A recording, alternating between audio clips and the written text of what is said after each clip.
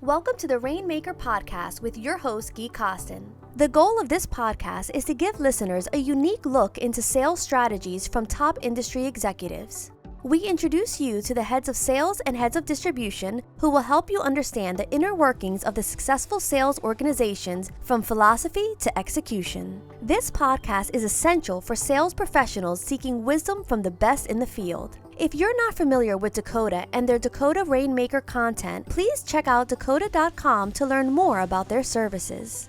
This episode is brought to you by Dakota Marketplace. Are you tired of constantly jumping between multiple databases and channels to find the right investment opportunities? Introducing Dakota Marketplace, the comprehensive institutional and intermediate database built by fundraisers for fundraisers. With Dakota Marketplace, you'll have access to all channels and asset classes in one place, saving you time and streamlining your fundraising process. Say goodbye to the frustration of searching through multiple databases, websites, Form ADVs, and say hello to a seamless and efficient fundraising experience. Sign up now and see the difference Dakota Marketplace can make for you. Visit dakota.com/Dakota-Marketplace today. What's up, everybody? It's Gui Costin, founder, CEO of Dakota. Welcome to our latest edition of the Rainmaker Podcast. I'm joined by Steve Brennan from Hamilton Lane. Welcome. Thank you, Gui. It's great to be here. It's awesome to have you here. So Steve is a managing director and head of private wealth solutions, leading the firm's efforts to provide both evergreen and traditional private market solutions to the growing private wealth channel. In this capacity, he sets the strategic direction and oversees all aspects of the private wealth solutions business. Previously, Steve held numerous leadership roles in Hamilton Lane's institutional business, including global head of business development. Steve serves as a member of the firm's investment committee and evergreen portfolio committee. Prior to joining Hamilton Lane in 2002, Steve held relationship management and investment support roles at Goldman Sachs and BNY Mellon. Steve received a MBA from Fordham University and a BBA from Loyola University, Maryland. Could you just give us a little background on yourself back to college and then the early days of your career? Yeah, sure. So I started my investment management career back in the 90s at Bank of New York. I was in the custody department back then, so more in the operations end of the business. Spent a couple of years at Bank of New York, and then I made a move over to Goldman Sachs. I went to Goldman Sachs Asset Management. My first couple of years, I was still in the operations side of the business. I was a guy that would reconcile cash balances for portfolio managers so they knew how much money they had to trade with that day. And then eventually, after a few years, I was able to move into a relationship management role, which really was my first client-facing role in the business, where I had clients that I worked with on a day-to-day basis across the full spectrum of Goldman Sachs products. Okay, so I have to ask you, key takeaway from working at Goldman. Obviously, it's a world-class firm, intense, they get after it. Any key takeaways that have stood with you that's for the test of time? Yeah, for sure. I would say, it was a great experience overall, great people. What I learned there that has stuck with me to this day is that you always want to be close to the revenue of a business. So I started on the operations side and was looking across and realizing, hey, if I want to be really successful in the investment management world, I need to be attached to revenue. And so that brought me to the client-facing side of the business and relationship management, and then ultimately led me fully aligned to the revenue of the business as a salesperson. I love that, because that's really, at the end of the day, if you want to be talking to the CEO on a regular basis, be the top revenue generator. Right. If you want to be close, right? And I love that. And you have so much more control over your career. And obviously everyone listening to this podcast is definitely, most likely, close to that revenue line, but sure. We actually talk about that quite a bit in career development, thinking about that. So, that's great. And then from Goldman? From Goldman, I'm a Philadelphia native originally. And so after a bunch of years in New York, as a lot of Philadelphians do, I made my way back home. And so I started with Hamilton Lane in 2002. I've been with the firm for over 21 years now. When I started at Hamilton Lane, I was a relationship manager. So I worked with some of our largest separate account clients and advisory clients, helping them build private equity portfolios. Did that for my first few years at the firm, and then eventually became a salesperson. I started at building out our Taft-Hartley services team. So selling Hamilton Lane products and services to Taft-Hartley pension funds around the country. We grew that to be one of the largest and probably most important parts of the business at Hamilton Lane. After a number of years doing that, I ended up becoming our global head of business development, which to us at that time just meant that I was the head of the institutional business, because we didn't have a private wealth business at the time. And so after a number of years doing the global head of business development, the firm had moved into the private wealth space and had decided this was going to be a big growth area for us. And so I made the switch to become the head of our global private wealth solutions effort. That's right. So walk me through the biggest differences that you've seen running. So for 17 years, you're running institutional, and now for the last 4 years running wealth. What are the biggest differences between the two? Yeah, they are massively different, different businesses. And so I had a ton to learn getting into the private wealth space. I think, the sales cycle is dramatically different. In the institutional business, you could spend a year trying to win a separate account client or a big investor.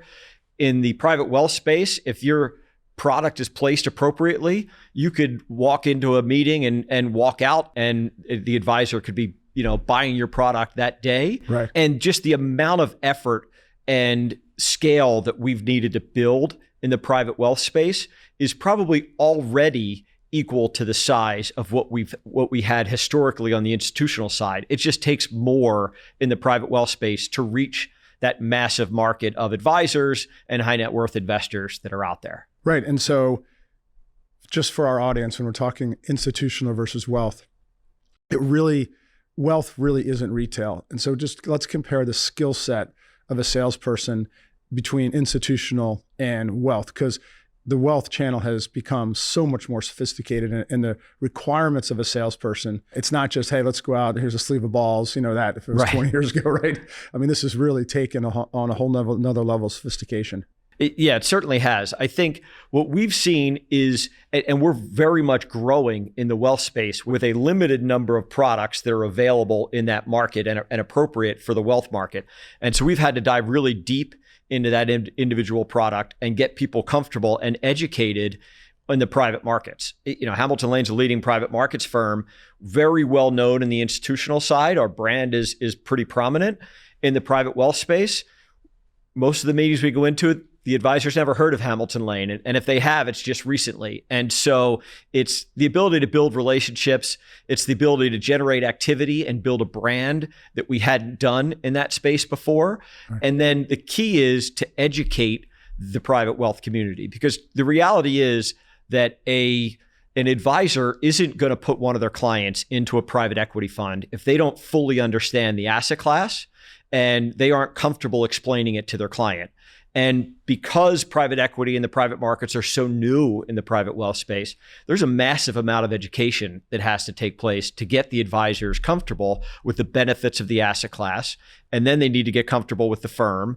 And then they need to get comfortable with the salesperson that they're dealing with before they'll finally be okay to bring this solution to their clients as a fit within their overall portfolio. So let's talk about that just for one sec. So as a salesperson, it's not transactional. You're really not trying to sell a product. What you're really trying to do, and can you just talk a little more about that key component of education? Because I always think about creating such deep familiarity with the asset class and then the underlying strategy they'd be investing in, whereas you're really not selling, you're really educating. Yeah, for sure. I think for us, the biggest effort in the beginning is to educate advisors on the benefits of private equity. That's where our flagship product sits today, and getting them comfortable that it can generate outsized returns, that there's a huge opportunity set available out there, and that there are now solutions available that are structured in an innovative way to meet the needs of individual investors. And we need to do all of that. And then if we're able to do that, and we have our product positioned appropriately on a platform or with a wirehouse or with a broker dealer, then we'll start to be able to build a relationship and generate the transactions that you're looking for ultimately. But there's a long way to go before that. That's great. So when you first came over, how many people were on the team, on the wealth team when you came over? And then can you just walk us through how you're structured today, size of the team, like how have you put it all together? Yeah. So when I first came over, it was basically zero, kind of a blank slate, which was great. And by the way, that's got to have been so much fun because Hamilton Lane is such a great brand, right? And so, but to bring it to a new market, because then when people just peel back the onion a little bit, it's like this incredible firm, this incredible track record, people, the whole thing. Yeah, it was great. And I think the key was, hiring really good people that had lots of experience that I quite frankly didn't have, and learning from them along the way. And so today we have 30 people in our distribution business around the world. About 2/3 of them are in the US, a third are outside of the US. Outside of the US, we have dedicated private wealth people in Canada, in the UK, in Switzerland, in Singapore, in Australia, in Latin America, and we continue to grow there. We have a number of regions, geographies where we have sort of a hybrid model where our institutional team is keeping an eye on the growth of the private wealth space in their region, and they will flag for us when they think the opportunity set has grown to the point where we should be hiring some dedicated people. Gotcha. So talk to me about I just want to just briefly on this topic of hiring, A's versus B's. We're going to assume there's not going to be hopefully any C's, but talk about just, we talk about this all the time. A's want to hang out with A's, right? Lions want to hang out with Lions. Can you talk about that? Because it's really, if we have a bunch of distribution leaders, right? Just how important getting the hiring right and hiring those people makes your job so much easier. Yeah, it's massively important. I think the first thing that we did was hire some leaders that we knew without a doubt were A's, and you know some of them, right? And they've been great in then establishing a culture and using their networks to go out and find people that can fill in the ranks. And quite frankly, at that point, you don't know whether somebody's going to be an A or a B. You probably know they're not a C. Right. And what you're looking to do is be able to develop everybody to get to the point where they're an A player.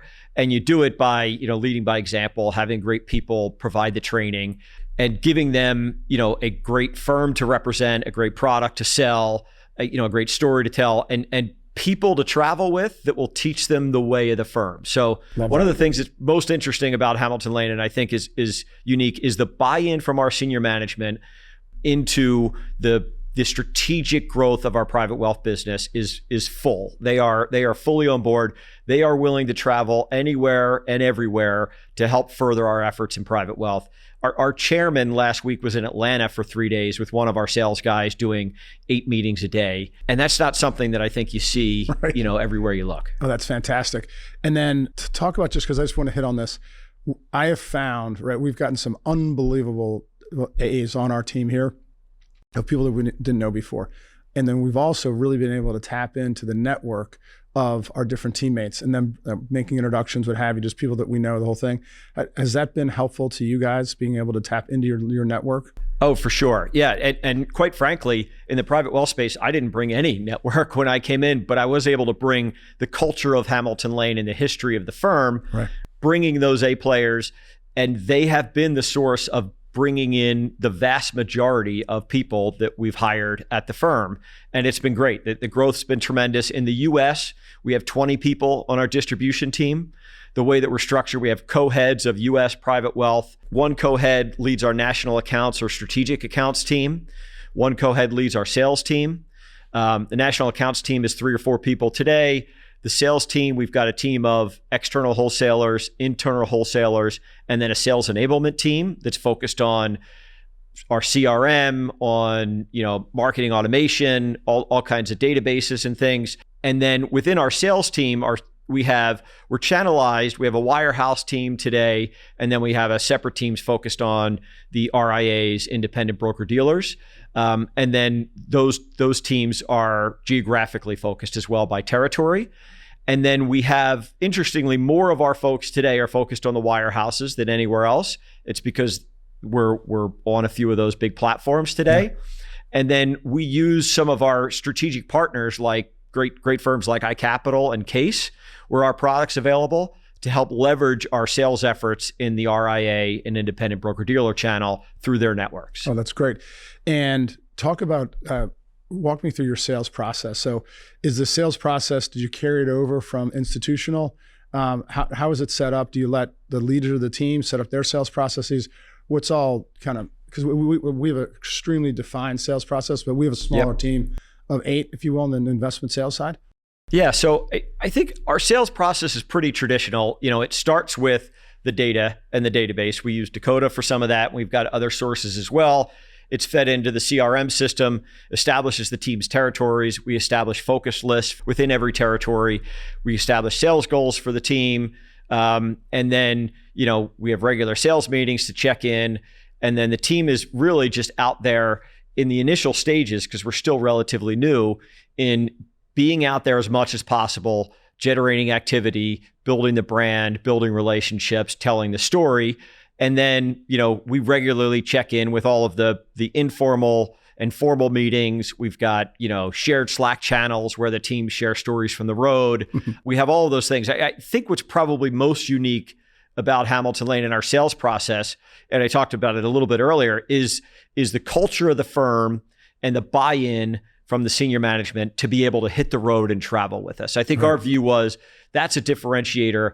And so anytime that we can have a salesperson out on the road with a senior leader of the firm to tell the story, build that relationship with an advisor at that level is really important. And so we've stressed that tremendously in our sales process and really require our sales teams to make sure that they're using all of the resources that are available to them out on the road. Well, the fact that you use Slack, so we're religious users of Slack. I think that everything in business, when things trip or fall down, it's around communication.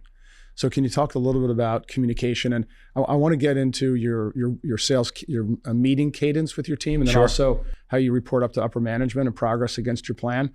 But could you just talk about the idea of communication and how just that's kind of the lifeblood, right, of any organization? And I don't think everybody uses Slack, right? Because I think that people sometimes say, hey, there's compliance, we don't do it. But that is a tool that is so incredible for sharing stories from I just saw on Slack. I just saw on Slack. I get that all the time. So talk a little about that, because I think that's just so important to be able to share everything that's going on. Because you never know if your chairman was down with your salesperson doing 24 meetings over 3 days, right? And then all the stuff that salesperson probably learned that they could share in the Slack channel, right? I mean, it would be incredible. And the key is, the sales team is on the road and they are active. They're doing 10 in-person meetings a week is sort of the goal for the team. And they're out there all the time. And so what you're trying to be able to do is be able to facilitate nuggets of information to them that will be valuable when they're on the road that week. And it comes from other meetings. It comes from, people on our investment team. It comes from all different places. And so you've got to figure out a way to distill it and get it to them in a way that they can digest it quickly and then use it in a meeting and be current and be able to add value to the advisors that we work with. And so we certainly use Slack. CRM is, paramount to everything that we do. The relationship, we have a small team as well. So very collegial atmosphere. The relationship between the internals and the externals and our investment teams is incredibly close. People are in touch, all the time, both formally and informally. And so we're really doing everything to try to, make sure that our team is as well armed as possible when they're out on the road. That's great. Could you expand upon what you just went through, which is culture? And it's such a big deal at Dakota because it's how you treat people really at the end of the day, right? Collegial, like you just said, teamwork. Can you just walk through, because I know Hamilton Lane has an unbelievable culture and you guys are incredibly proud of it. You talk about it all the time. Walk me through that culture and then really how culture then drives performance, right? Because treating people nicely and acting well, I'll let you answer the question, but just, how does talk about the culture at Hamilton Lane? It is, anyone that you've ever met from Hamilton Lane will tell you first and foremost that culture is the most important thing at the firm.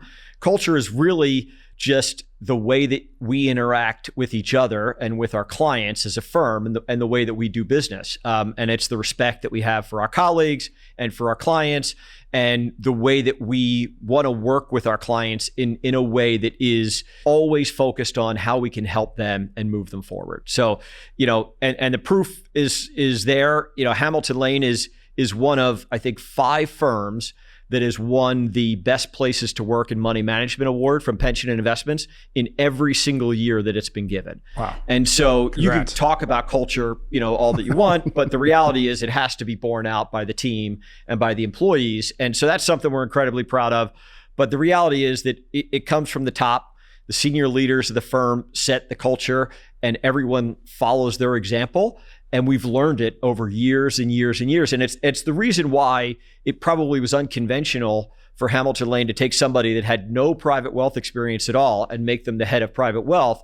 It's because the most important thing to us is that we want to be able to convey to this new market who Hamilton Lane is, what is our culture, how we want to partner with this market to bring value, not only from an investment return standpoint, but from an educational standpoint, and just being, someone that can help advisors along their journey to growing their business. I think obviously it was an easy decision, but a 17-year vet embodies the culture of the company. Right. Putting an outsider in that role just would have never worked. Yes. Right. Because you had to, you brought it. I would say you have to live culture. You can't talk about it. I mean, I'll talk about how I describe certain things and our core principles. We talk about them all the time. Sure. But you really, at the end of the day, you have to live it. Right. Talk is cheap, right? You have to live it. So I want to hit on just, you touched on it. Talk to me about internal meeting cadence, because that is also about communication. Talk about how you guys are structured that way. Yeah, so we've got weekly sales meetings with the team where it's sort of your traditional sales meeting. We also have, informal meetings every Friday where the team gets back together to kind of recap the week. And this is, a blend of how did the week go to commiserating to stories from the road to celebrating successes. And so we do that periodically. And then we'll hold, sales meetings where we'll bring the whole team together. And the goal there is to, share best practices, allow team members to tell, stories about where they've had success and what they're doing in their territory that could be helpful for everyone else. And also get them to meet more people at the firm, understand our products a little bit better, and feel like they are more integrated into the culture and the fabric of Hamilton Lane for the next time they head back out on the road. That's great. Yeah, we have a 7:45 check-in every day for our sales team, and then a 5 o'clock check-in. And it's just to be, we go through the calendar, share good news, and then the team goes around sort of what their plan is for the day. And it's just a quick get in there. And then on the 5 o'clock, we see how many meetings are set up, share any good news. So just things are just always flowing. And one guy looked at me and he goes, it's kind of an older distribution guy. And he goes, man, you must be Mr. Popular. And I laughed. I said, well, if you actually talk to the team, it's their favorite part of the day is the check-in to see what's going on, who's meeting with whom, how things are going, right? And it just keeps that momentum going. Okay, so as a senior leader, how do you manage up to the team? And I really want to address, because I'm such a big fan, and we talk about all the time, is creating a written sales plan, not for the purpose of writing a sales plan, but for documenting it and then sharing it with upper management or your boss, whomever that might be, and getting buy-in to what good looks like. And so you don't get this misalignment of, because we all know, right? A lot of portfolio managers might, hey, I think we should be raising money up here. You're like, well, the reality is down here. And so you get that alignment. Can you talk a little bit about how you communicate up? Yeah, for sure. And this is really interesting for us because we're relatively new into the private wealth space. In the US, we essentially have one product that we're selling, and that product has monthly subscriptions. And so you get a report card every month because you take in those subscriptions and you know immediately how much came in and where the money came from and who was the salesperson associated with it. And that monthly update, and so we update our flows on a weekly basis. So everyone throughout the organization is seeing what we're tracking towards for that upcoming month of flows.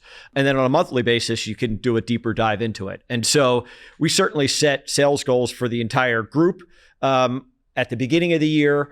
And then we're managing to those goals on a weekly and monthly basis based on the tracking that we're doing, because there's nowhere to hide. It's one product essentially that we're focused on, and people throughout the organization are watching exactly where everything's coming from. And so a lot of it is about managing expectations and making sure that people understand where we're focused. And what I found is probably most important is reiterating the strategy. You may have thought that you adequately explained your sales goals and your sales strategy at the beginning of the year, but I think the reality is that what I do most is reiterate our strategy and make sure that people understand that we are on a path, and we're either, we're ahead of our goals, we're behind our goals, we're right on target, but we need to reiterate to people frequently what the actual plan is so that they understand it and that they realize that things haven't changed. Yeah, that's such a genius leadership. And I want to make 2 comments on that. One, I would say write the plan and then talk about when you're going to meet to present progress against the plan, right? Is really what you're getting at. And that has to be reinforced all the time, because you can't assume people are going to do that. I mean, that's so important, because then if the alignment kind of gets a little askew, right, you can really... And I'll give you an interesting example of how transparent we are on this stuff. We've had multiple examples where we close a month or even have a particularly good week in our updated weekly tracker, and the CEO of the firm is sending an email back to our sales team before they've even opened the file to congratulate them on a great week and to tell them that we're making tremendous progress and this is really, everybody's doing a great job, because that's just how focused we are on how we're progressing according to our plan. And so having that sort of, visibility is important. And then having that kind of buy-in and support is tremendous. So the next question is going to lead into the CRM question. But before we get there, I talk a lot about internally that if you're a young salesperson or even a salesperson, you have to think of yourself as Gui Costin Inc. And you have to run your individual sales business as a big operation but you're not required to. Right now, in your situation, as a bigger company, it could take different iterations, but reporting progress against the plan, all of that sort of falls into place. But if you're a smaller firm, which a lot of people listening to this probably work at smaller firms, what advice would you give to that person? Because my advice has always been to the team, if you want to become an amazing salesperson, put the infrastructure in place when you're a one-man salesperson, but like your big business. You know what I mean? So do the sales plan, create the reporting back against the sales plan, agree on what good looks like. We'll get into the CRM. Could you just talk a little bit about how important that is, even if you're a one-man band? Yeah, I think to me, what I would say is that it kind of goes in line with what you're saying. The key is consistency. It's creating a process for yourself and then consistently sticking to it regardless of what's happening in the market. You stick to it when you're incredibly successful. You stick to it when you're not having success, because what you're on a path to build relationships. You're on a path to build your brand with the community at large. And at some point in time, things are going to turn your way. And if you've done all the work leading up to that, and all of a sudden a new product comes on board that is attractive to a certain segment of the market, you're going to see immediate success because you've consistently put in the work and followed your sales process and stuck to the core tenets that you think are going to make you successful as a salesperson. And you need to be able to do that over and over again. And I'm a big believer in the power of the sort of collective effort of the firm.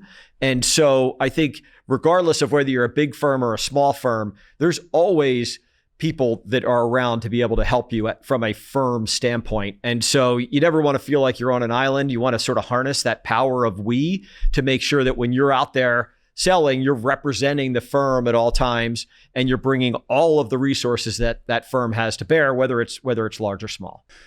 Wow. I'd say top 5 pieces of advice I've heard on this podcast, consistency is top 5. I mean, that's so well said, because we know if you're a salesperson listening to this call, okay, weeks can go like this, in and out, right? You have a lot of activity and a little activity, and it's how do you maintain that consistency day in and day out? And that is having discipline against a plan, writing out your plan, having a process, and then being consistent. Absolutely love it. So that dovetails right into one of my favorite questions. Talk to me about CRM, what it means to you and the organization, and how important it is. Yeah. So, it's the lifeblood of our organization generally. And I would say that spans from our investment teams to our sales teams. And then it's particularly the lifeblood in private wealth, because the reality is that in the institutional world, we went from having hundreds or thousands of prospects that we were targeting around the world to, hundreds of thousands of people that we're targeting in the private wealth space, just given the sheer size of that market. And so you quite frankly can't get out of bed in the morning if you don't have a CRM and you're not using it effectively. And so we've got a dedicated sales enablement team that's made up of 3 people today. Their whole job is to make sure that we are effectively and efficiently using the CRM to its full capabilities. And that includes not just meeting tracking and travel planning and follow-ups from meetings, but it's marketing automation. It's helping with, outreach to help schedule meetings. It's data science. It's everything that goes into that. And it's just core to everything that we do. And the team has really embraced that. I think everyone came with a background of knowing that, the CRM is important.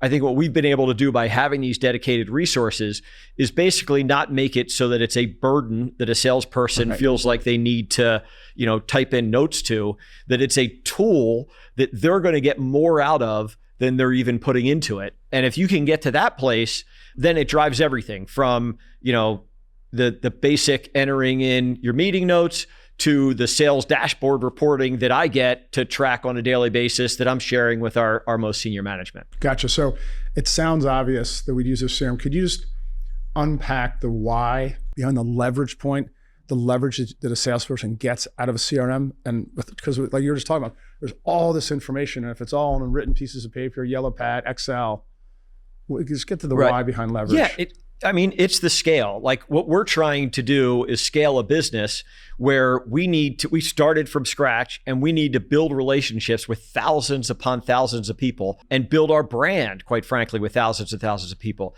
And the only way to be able to do that is to track your interaction with that community, both from a marketing automation standpoint and making sure that we've got outreach that is adding value and educating the market on who we are and the benefits of our asset class, but also to identify places where our sales team should be focused that they just quite frankly wouldn't have found out about on their own just by making it up or thinking about it. And we're able to take the data that we get from a variety of places, use data science to be able to analyze that data and feed it back to our team to really drive where they spend their time and where they can be most effective in order to generate, more sales, which is what they're, most focused on. It's just so brilliant. Obviously, I'm a Salesforce complete nerd. I love it so much. I've always been in love with the CRM just because of that leverage and because of where it does guide you to where you should spend your time. And that's just such a great point. Well, thank you for that. Leadership. It ties in with culture, just personal leadership kind of philosophy and how you treat people. Could you just give us a little insight into how you think about leadership? Because you've led now two ginormous groups at Hamilton Lane. Yeah, I think, for me, leadership is much easier if you're at a great firm and you've got great products that are available. And then from there, I think it comes back to, as a leader, if you hire really good people, it makes it easier to be a strong leader. Right. And then my view is that, you need to hire great people. You need to empower them with all of the tools that they need and the autonomy that they need to go out and be successful. You need to, be their biggest cheerleader when they're out there and prop them up within the organization. And then you need to bring strategic value to what we're doing as an organization and really drive the direction and the themes and the big picture process that we are, driving the entire organization towards. And to me, it's not getting mired down in the, hey, did somebody in this territory do enough meetings last week? We've got capable people that are focused on that day in and day out. Right. It's doing all of those things. And if you do all of that, you're leading by example and your team is going to understand what they're pushing for. And they're going to be self-motivated by the fact that you've given them this sort of, freedom to go ahead and do their jobs and be successful. And so that's been my approach. Yeah. Obviously people like being treated like adults, right? Yes. Really was what you're getting at. So just one more comment on leadership. I think of it as removing obstacles, right? And you said in a slightly different way, but it all comes back to the same concept. Empowering people, providing them tools, but then really removing obstacles so they can be successful, right? Because there can always be things people can get in their way, right? That shouldn't be in their way. Situations can be in their way. Just talk a little about that. Yeah, and to me that goes back to this, being their biggest cheerleader. That is what that involves. It's not just a pat on the back and saying, hey, you're doing a great job. It's within the organization explaining to people how we're being, where we're being successful, maybe where we're not being successful, and what we need to change in order to improve things.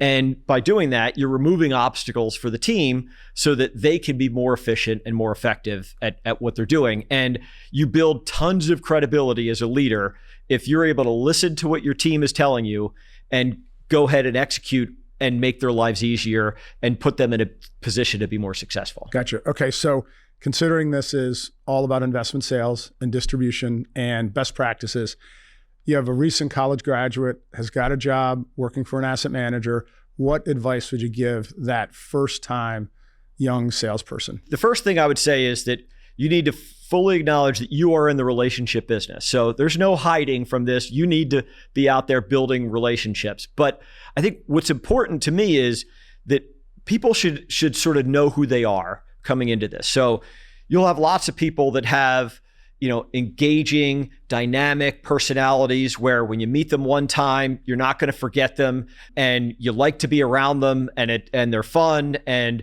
those people can be tremendous salespeople, but you don't have to be that. That's helpful.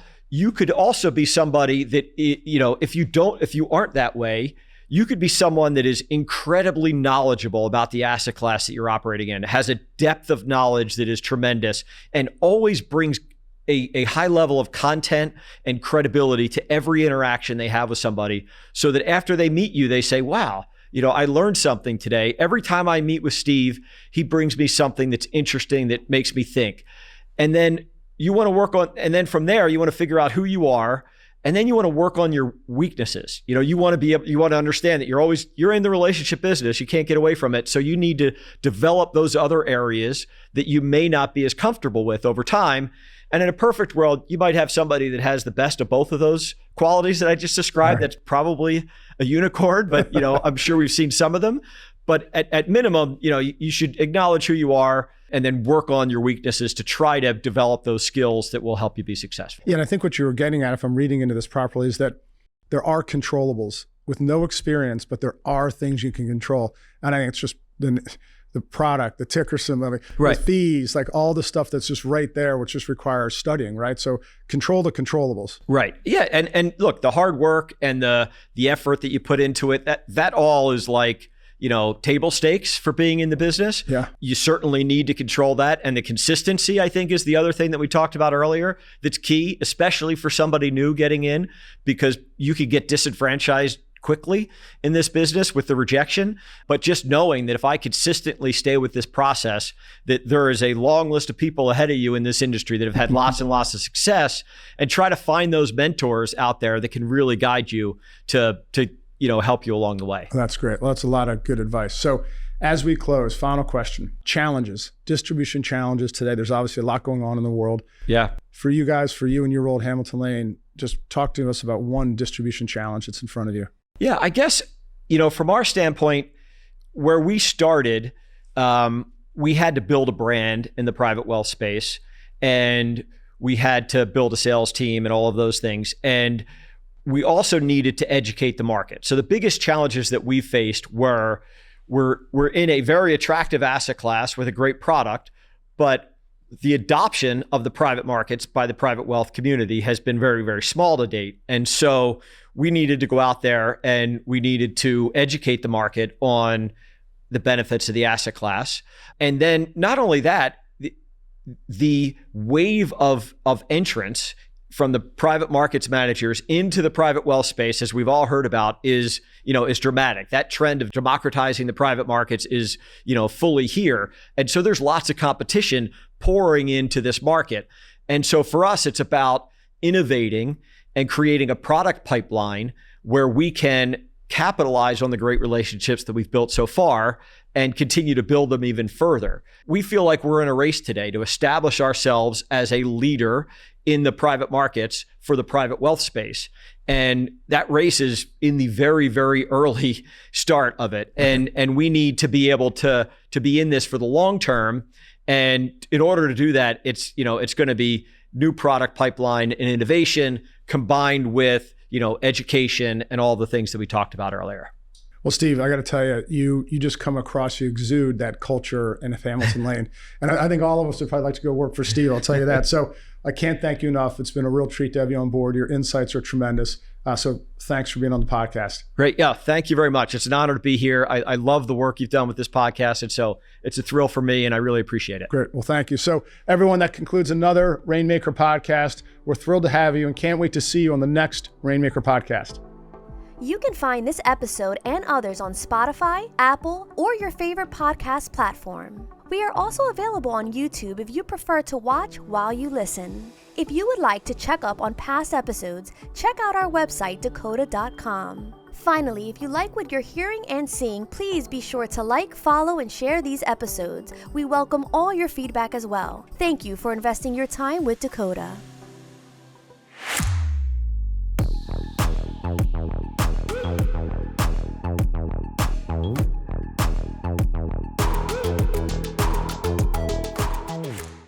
Hey, thanks so much for joining Rainmaker Podcast. Hope you enjoyed the show, enjoyed the interview. I know I loved it. And hey, if you wake up in the morning and you raise money for an investment firm, you do cold outreach, whether you're a sales leader or salesperson, and you don't know about Dakota Marketplace, we would love to show it to you. It's world-class. It's used by over 880 investment firms and over 3,600 individual salespeople. To learn more, go to dakota.com and click on a free trial.